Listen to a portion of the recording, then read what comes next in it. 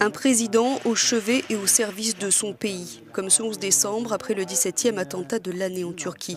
C'est bien ainsi que Recep Tayyip Erdogan compte rester dans l'histoire. Sur tous les fronts, celui que l'on surnomme le sultan a marqué 2016 de son indélébile empreinte. Et si une image doit rester, c'est celle-ci, un président qui harangue son peuple depuis un téléphone portable, du jamais vu. Nous sommes la nuit du 15 juillet. Les chars envahissent les rues d'Istanbul et d'Ankara. Un mystérieux conseil de la paix dans le pays, une faction des forces armées turques affirme avoir pris le contrôle du pays. Les putschistes disent vouloir rétablir la démocratie.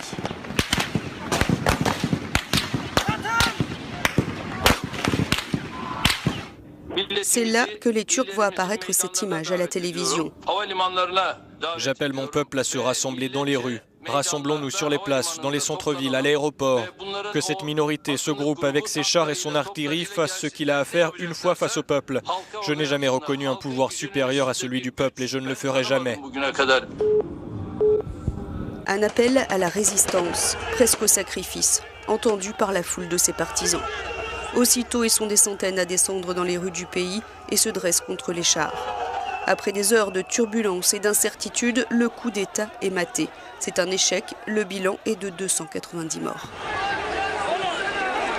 Erdogan, sur lequel les plus folles rumeurs ont couru, comme un exil en Allemagne, revient à Istanbul, triomphant, et promet de punir sévèrement les putschistes, dont certains ont déjà été lynchés par la foule en colère.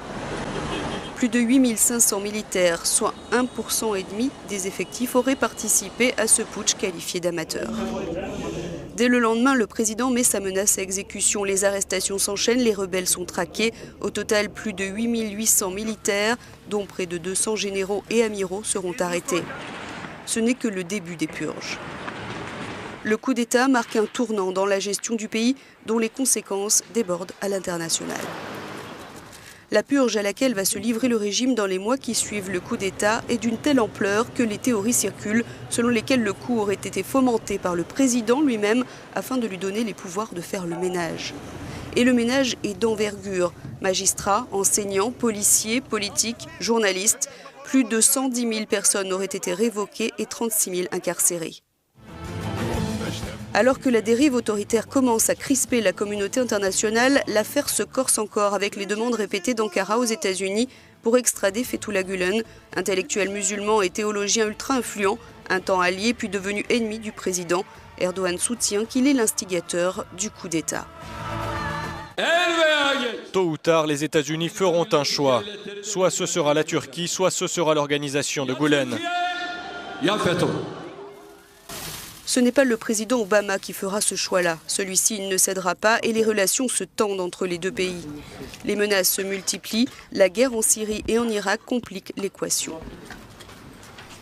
Le 11 novembre, à sa descente d'avion de retour d'Allemagne, Akin Atalay, le patron du journal Cumhuriyet, le plus ancien journal d'opposition en Turquie, est arrêté à son tour, après le rédacteur en chef et 16 journalistes du journal. Des centaines de manifestants protestent. Pour les Occidentaux, l'attaque contre la presse est la ligne rouge qu'Erdogan a franchie. Et cette fois, c'est l'Europe qui se fâche. Fin novembre, les eurodéputés votent le gel du processus d'adhésion de la Turquie à l'UE, déjà mis à mal. La réplique d'Erdogan est immédiate et une fois de plus menaçante, le sort des migrants servant d'argument. Vous commencez à vous demander, que va-t-il se passer si la Turquie ouvre ses frontières ? Sachez que si vous allez plus loin, ces frontières s'ouvriront. C'est donc au gré des événements qui rythment son pays que le sultan fait et défait ses alliances. En conflit avec les États-Unis et l'Europe, il choisit de renouer avec la Russie.